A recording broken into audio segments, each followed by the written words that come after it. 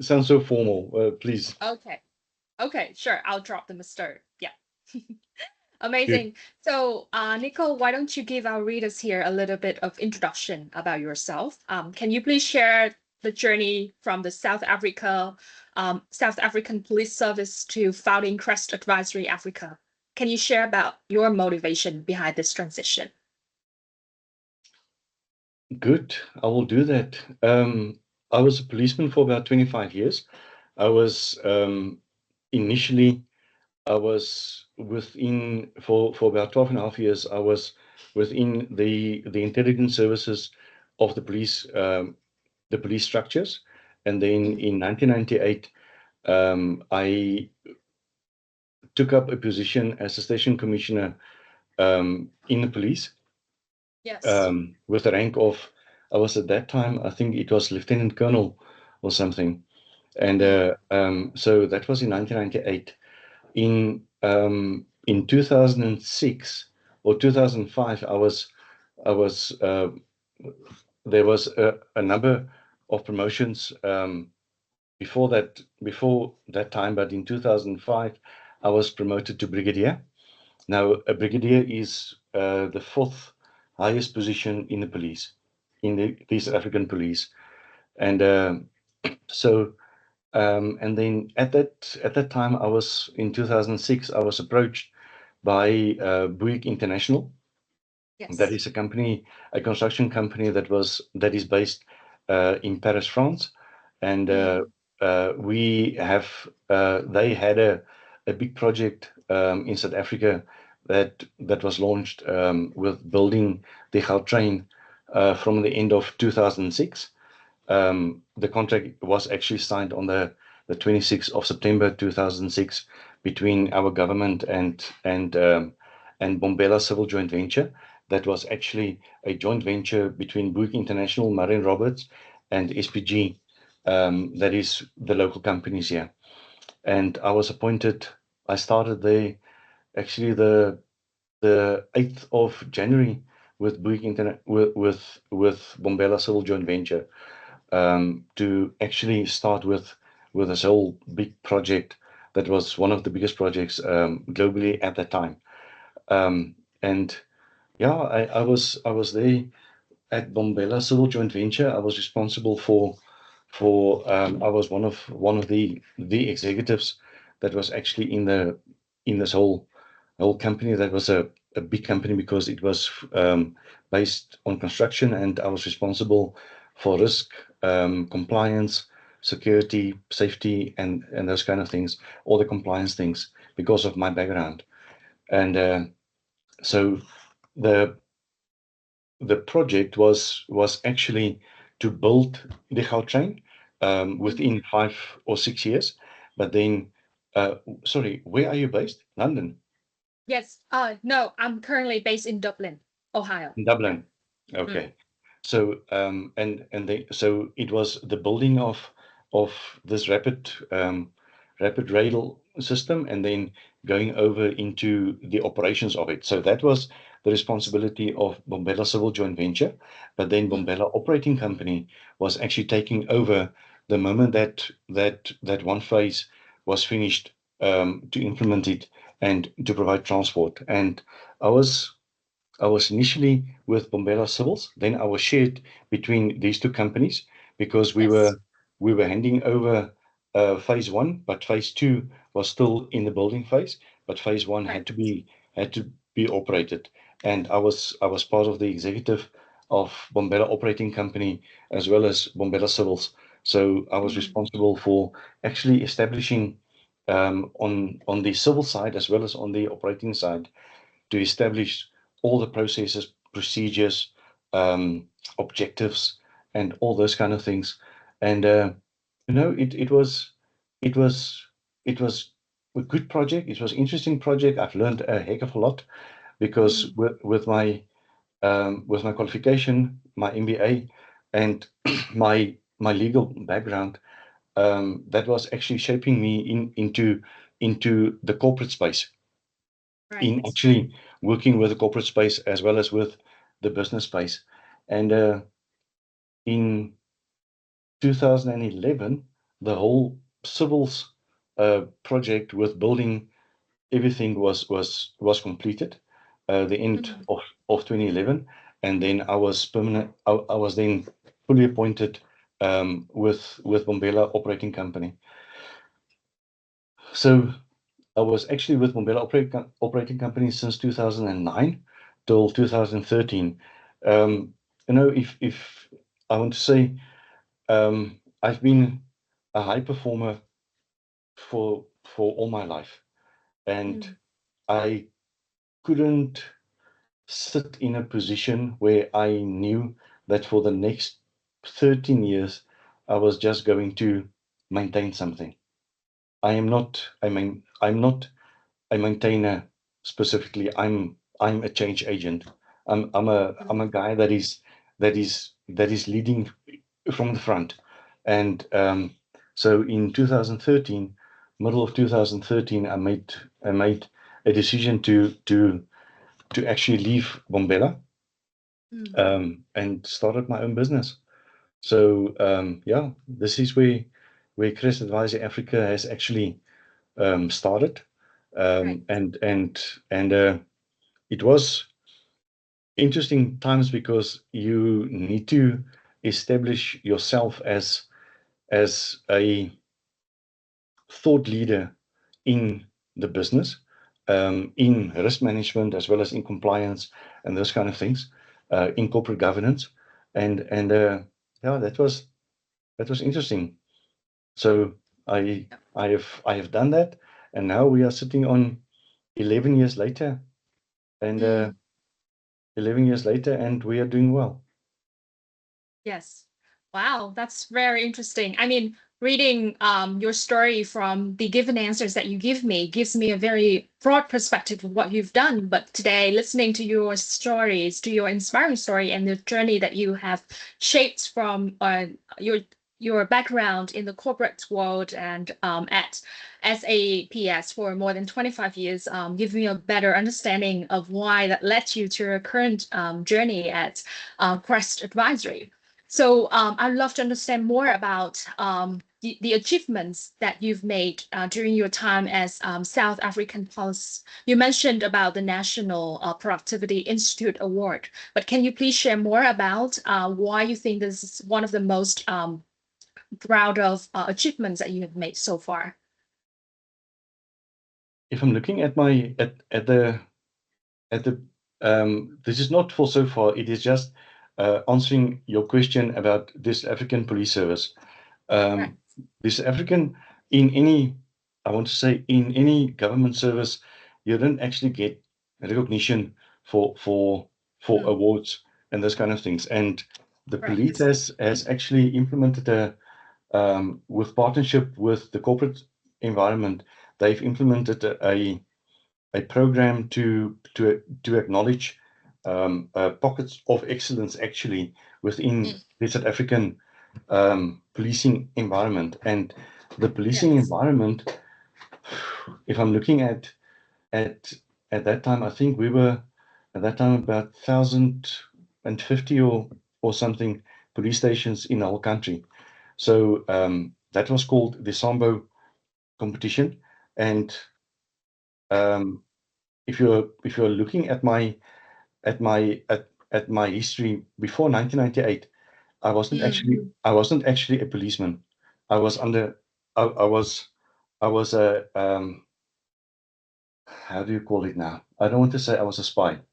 I wasn't a spy, but I was handling agents that was actually infiltrating organized crime syndicates and those kind of things. So I was actually totally undercover. I didn't work with the police. I didn't even go to the police stations. I wasn't there for since I want to say 1986 till about or 1984, yeah, 1984 till about 1998.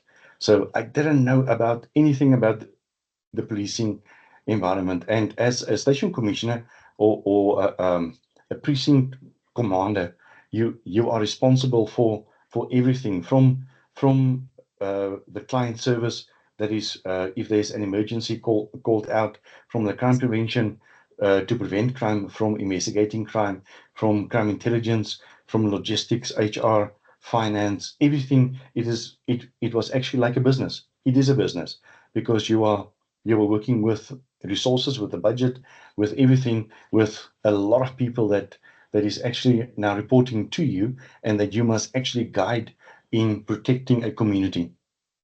So if I'm looking at the awards at that time, the policing award was good, fantastic, and that has actually catapulted me into different environments or exposure.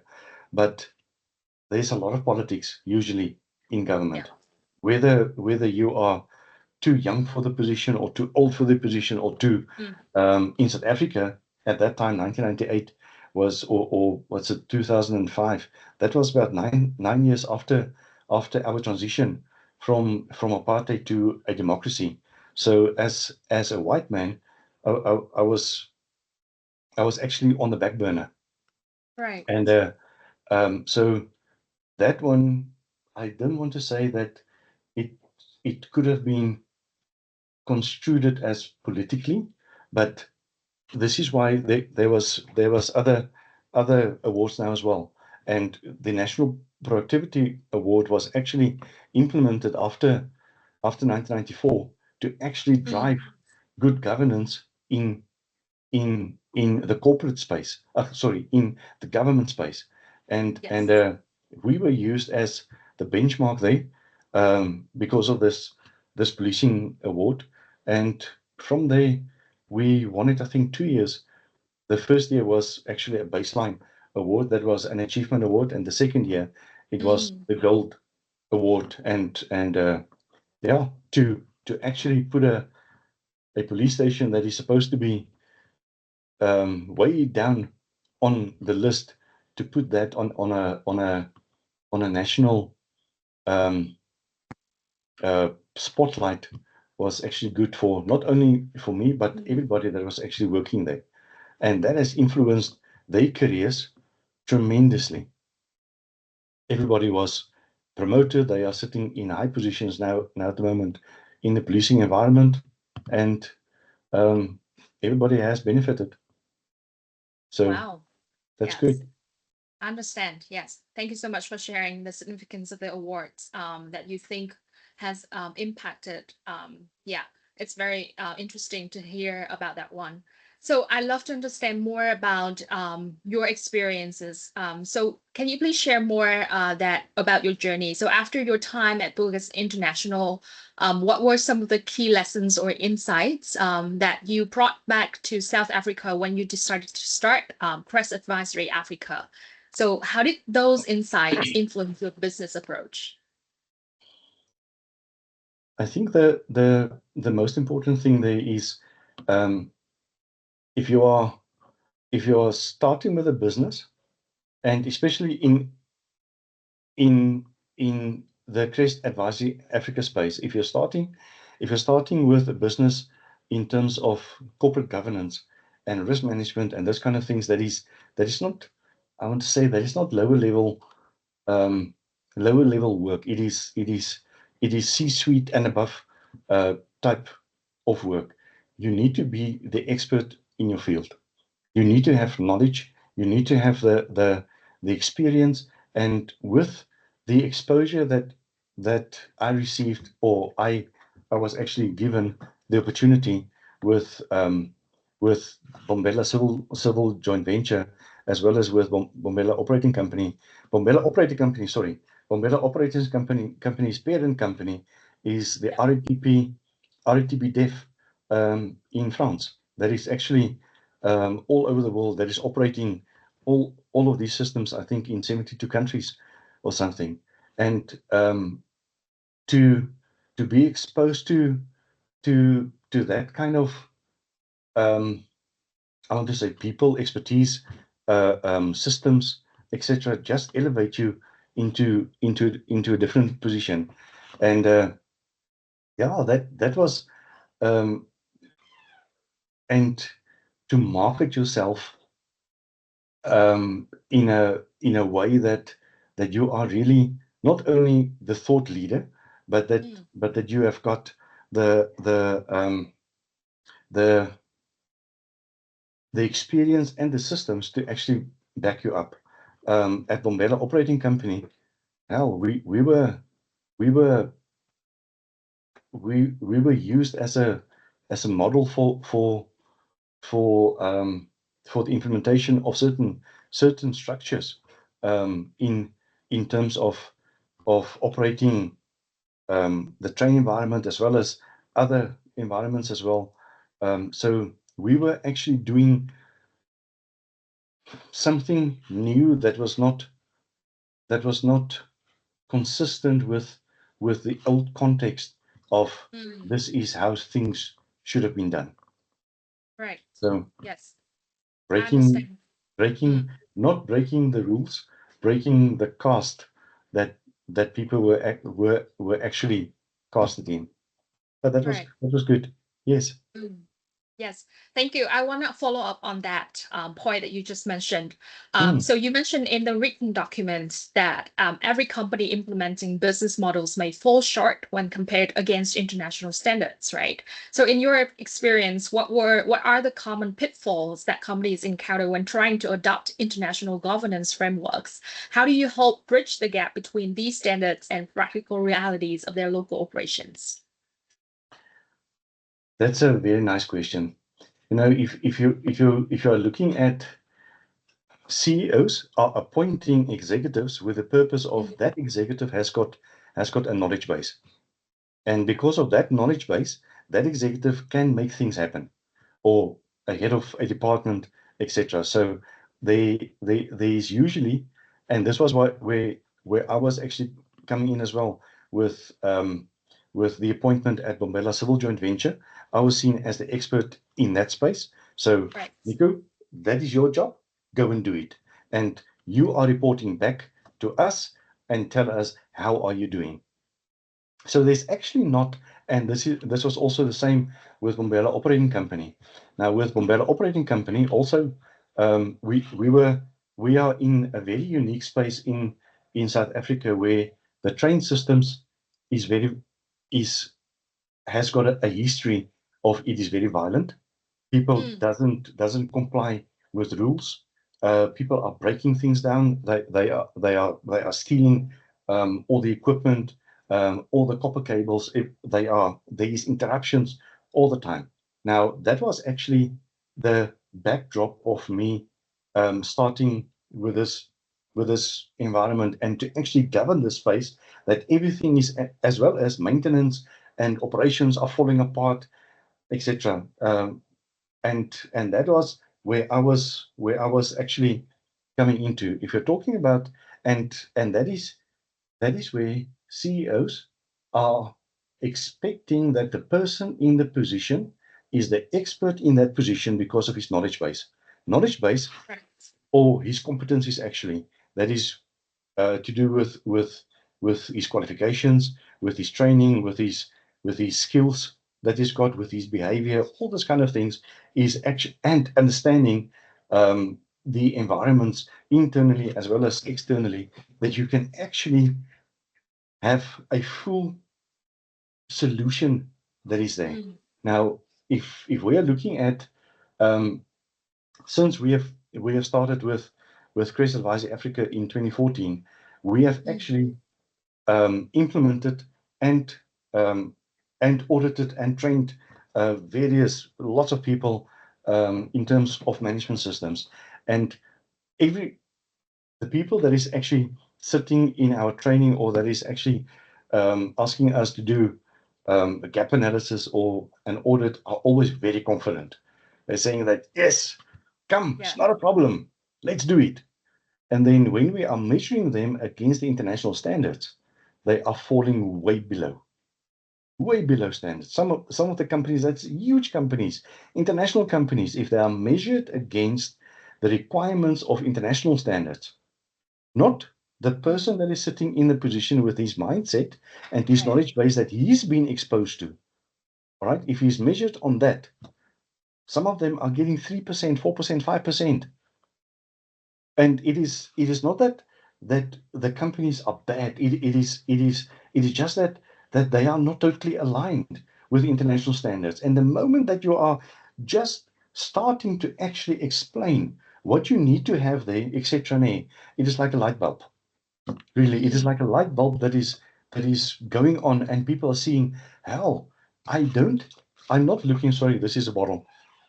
I'm not only looking at this red cap, I'm looking at the whole bottle and the whole environment that this bottle needs to be working in and operating in, that, and the quality and everything that is around this bottle and the performance of it in the whole management system. It is not just a water bottle. At the moment, it is just the plastic. There's a little bit of water in there, but if you're looking at that, and that is, I can tell you, from the mining industry, from the government industry, if we are actually asking these specific questions that is actually in the international standards, and that is the best practices that you can have. And sorry, I just want to explain there quickly one thing. International standards. What do you understand by international standards? Right. So personally, I think it's all the trends and like regulatory compliances, technology adoption, ESG practices, so to say, shaping the future in this corporate governance. So I think it's the company's ability to adopt these kind of international standards into their operation. Where do you get it? Where do you get it? These international standards. Yes, so I'm Where is reading, it this written? is where I read from your written document. Yeah, my Okay. takeaways from that. Yeah. So if you're looking at international standards is there's usually one organization or two organizations that is creating these international standards. And the biggest one and the oldest, I want to really say the oldest brand, just like if you're looking at brands, Cartier and those kind of things. If you're looking at international standards, the ISO, the International Standards Organization, Yeah. right, has over 22,000 standards. Right. But for certification purposes, it is management systems. So there's standards for having these post-its, etc. Yep. done. There's standards for plastic management and those kind of things. But if you're looking at certification of management systems, of corporate governance systems, there's about 15, 20 of them, really. Right. There's not a lot. There's a few of them. Let's say 20. We are certified in about 23. 23 standards, but what we can audit and do international certification on is about 17, 18. So it is diverse, from information security that we are working with IT, with cyber, with artificial intelligence, and those kind of things. That is on the one end, and on the other end, there's quality management. Quality management, that is actually the quality management is coming from total quality management that was actually implemented um, uh, in Tokyo with Toyota, or in Japan with Toyota in the late 40s. So quality management is an embedded quality management system, and all these systems are speaking the same language. If you're looking at the structure and how they are structured and dovetailing into each other, it is actually the one is actually supporting the other one. What you're doing here, you must actually doing there as well. So if you are talking about integrated management systems, that you can say, I've got these building blocks, these 5 or 6 management systems, whether it is IT, whether it's HR, whether it is supply chain, finance, operations, maintenance, health and safety, security, doesn't matter what. All of them have the same structure. You can you Yes. can go in there and go crazy, but your structure is the same with everything. And I have actually learned that in my MBA studies in the 90s, that your structure need to support your strategy.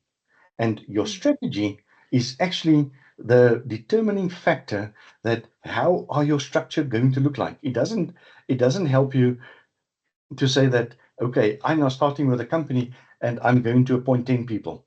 Why? Why? Why do you need 10 people? Give me a reason. Give me, why do you need to have 10 people? Give me an analysis. Give me a business case. Now, all those kind of things is integrated into management systems. And this is where it is so important to understand international standards. And the reason why I was asking you, where is it coming from? The ISO in Geneva has got is the head office, but then worldwide there is about 164 affiliated countries to the ISO, and then there's I think the rest of the 30 that is are participating countries. Now, these guys are thinking about thinking. They are thinking about quality. These 164 countries has got technical committees that is sitting on quality management, on risk management, and it is experts from these environments. And each one of these technical committees is about 10 people. I was serving on one of them. Um, and and and you are actually thinking about if you are putting those words in that in that internet in that standard in that management system standard, what does it mean and what is the impact of it? And all of those, I can guarantee you, all of those are going back to strategic management that you are studying at MBA level or doesn't matter what kind of level, but that is strategic management. And strategic management is driving the company's objectives.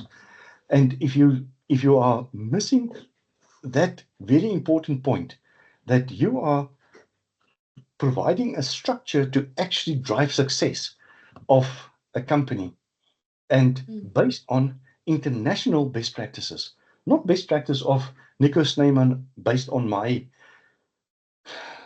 the MBA that I completed in 1998 or 1998. Nee? That is a 30, 40-year-old thing or 20, 30-year-old thing. I am out of business, man. My knowledge base is old. I must actually look at somebody that has actually completed in the last 3 years. That's it. Because 4 years is too old already.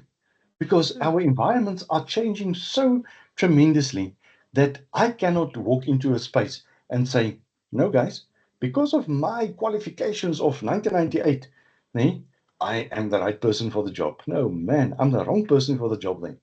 Nee, you need to have somebody that can actually learn from me about my experience. If I cannot link my experience to my qualifications and everything there, nee, you are missing the boat totally. And this is where international standards are so important because that is actually a due north for you. That is creating for you a path to success. I have seen it so many times now. I have over the last 10 years I have implemented I have trained, I have consulted, I have advised, I have audited a lot of companies and big companies, international companies, as I said, like Anglo American, De Beers, um, hell, government companies, etc. And the first engagement is always a shaky thing because both parties, me on the one side and the company on the other side, they think they are on top of the world. And I know that I'm measuring them against the top of the world standards. And the moment that we are asking the questions to actually align these two things, it's like that. But then the correction of it is such a fantastic journey. I'm telling you, it is really, if you are getting those people down there and or actually measured that they are shocked that how good they are, but also how bad they are. Nee? And just to align them, that's an energy that you are creating that is contagious, really. And within 6 months, people's minds are changing. Change management, you can see how the management are getting shocked first. It is like a tsunami that is knocking them. And then after that, it is like, okay, I hear you now. Yes. Okay, I see that. Yes. But we are doing that. just describe it differently, just incorporate it, just link it. And then, some of the guys that I've been working with, most of them in business, has been promoted just like this, because they are speaking a different language. They are sitting, they are the invited people that is sitting around the big table, and they are making the correct noises. They are making the correct noises that the board is actually asking, but where is this guy coming from? We know him for the last 10 years, but he's not speaking like that. He wasn't speaking like that, but now, he is doing things that we were asking for the last 5 years. He's now doing it. He's showing us the way. And that is pioneering work. It's super fantastic to have that change management and that pioneering direction, going forward. It is so fulfilling for a person that is actually want to empower people, and for them to be empowered. Hey man, it's just brilliant. Sorry, wow. I've taken a long route now. Yeah. No, it's okay. Thank you so much. It's very inspiring to hear your story. It's always come from the human interaction and how you see the results that you have in them, right? After 5, 10 years even, right? Yeah. Yeah. So I think I've covered quite a lot of questions. The rest is within your written documents. Our team can definitely use it as a supplement to our editions as well.